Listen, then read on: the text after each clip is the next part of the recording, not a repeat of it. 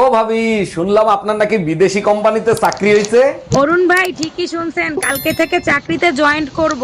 কিন্তু ভাবি, আমি যতদূর জানি আপনি তো ইংলিশে দুর্বল। ইংলিশে কথা বললে আপনি কি কিছু বুঝতে পারবেন? অবশ্যই বুঝবো, আমার সেক্রেটারি আছে না, সে আমাকে বাংলায় বুঝাই দেবে। তোমার দুই বন্ধু দেখলাম সেদিন ঝগড়া করতেছিল, কি নিয়ে ঝগড়া করতেছিল? আরে ওদের কথা বাদ দাও, ওরা তো প্রায় সময় এরকম ঝগড়া করে। ঝগড়া তারাই করে যাদের কাজে কর্মের মিল থাকে না, এরা একে অন্যের শত্রু হয়। আরে না, তোমার কোথাও ভুল হচ্ছে, ওদেরকে স্বামী স্ত্রী বলে। কি ব্যাপার, ঘরের সব গেল কোথায়? আম্মা আপনারা কোথায়? আপনার বৌমা কোথায়? তোর বউ আমার পাশেই বসে আছে, যা বলার এখানে এসে বল। এ কি আম্মা, আপনি কাজ করতেছেন আর আপনার বৌমা খালি বসে রয়েছে, কাহিনী কি? খালি বসে নাই, মুখ ফুলাই বসে আছে। তুই কিছু বলে দেখ, তোর 14 গোষ্ঠী উদ্ধার করে দেবে।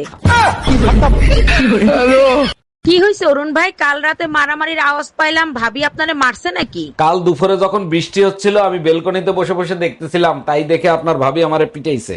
বলেন কি? ওই বৃষ্টিতে তো আমিও ভিজতেছিলাম, কই তখন তো ভাবিকে দেখলাম না। আপনি যখন ভিজতেছিলেন, আপনার ভাবি অন্য জানালা থেকে লুকিয়ে লুকিয়ে দেখতেছিল। আমার এত দামি দামি মেকআপের জিনিস কে যে চুরি করে? ঘরে তো কাজের মহিলাই নাই। কে চুরি করবে? ঘরে তো তুমি আর আমি থাকি, আর আমি তো আর মেকআপ করি না। আমার মনে হয় আমার দামি মেকআপ গুলো পাশের বাড়ির রুম্পা ভাবি চুরি করে। একদম ঠিক বলছো, এর জন্যই রুম্পা ভাবির চেহারায় গেলেজ দিচ্ছে, আর গালে হাত দিলে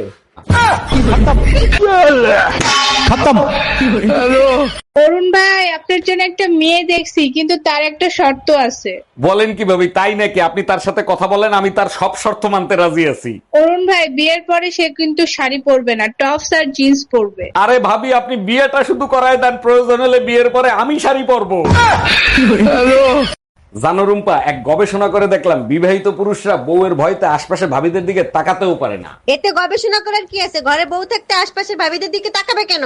তুমি ঠিক বলছো, কিন্তু ফেসবুক এমন একটা প্ল্যাটফর্ম যেখানে অন্যের বউকে লাইকও করা যায়। তাই নাকি? তুই একবার লাইক করে দেখ, যে আঙ্গুল দিয়ে লাইক করবি সেই আঙ্গুল কাইটটা টুকরো টুকরো করে ফেলাবো। হ্যাঁ, আমার শরীর ভালো লাগতেছে না, 10,000 টাকা দাও, মার্কেট করতে যাব। শরীর ভাল লাগতেছে না, শুয়ে থাকো। টাকা কি গাছে ধরে নাকি যে চাইলে আর দিয়ে দিলাম? টাকা চাইছি, টাকা দাও। টাকা যদি গাছে ধরতো তাহলে তোমার কাছ থেকে চাইতাম। এটা অবশ্য ঠিক বলছো, টাকা যদি গাছে ধরতো তাহলে বান্দরের তোমরা বয়ফ্রেন্ড বানাইতা। এই, আমার রান্না করতে ইচ্ছা করতেছে না, রেস্টুরেন্ট থেকে কিছু অর্ডার করো তো। আচ্ছা ঠিক আছে। হ্যালো, 1 মিনিট ওয়েট করেন। আচ্ছা শোনো, কি খাবা? কি অর্ডার করব? ভুনা খিচুড়ি আর সর্ষে ইলিশ অর্ডার করে দাও। দুপুরে খাবো সর্ষে ইলিশ আর ভুনা খিচুড়ি পাঠিয়ে দেন। আচ্ছা শোনো, কোন রেস্টুরেন্টে অর্ডার করলা? রেস্টুরেন্টে ফোন দেয় নাই তো, তোমার মার কাছে ফোন দিছিলাম। দুলা ভাই, আমার বিয়ের বয়স তো পার হয়ে যাচ্ছে, ভালো একটা ছেলে দেখে বিয়ে দিয়ে দেন না। ছোট গিন্নি, যেমন আছো তেমন থাকো, বিয়ে করলে জীবনটা জাহান্নাম হয়ে যাবে। বলেন কি দুলা ভাই, আপনি আমার জন্য এত চিন্তা করেন? আরে ছোট গিন্নি, তোমার কথা চিন্তা করি না, যে শালা বিয়ে করবে তার জীবন জাহান্নাম হয়ে যাবে।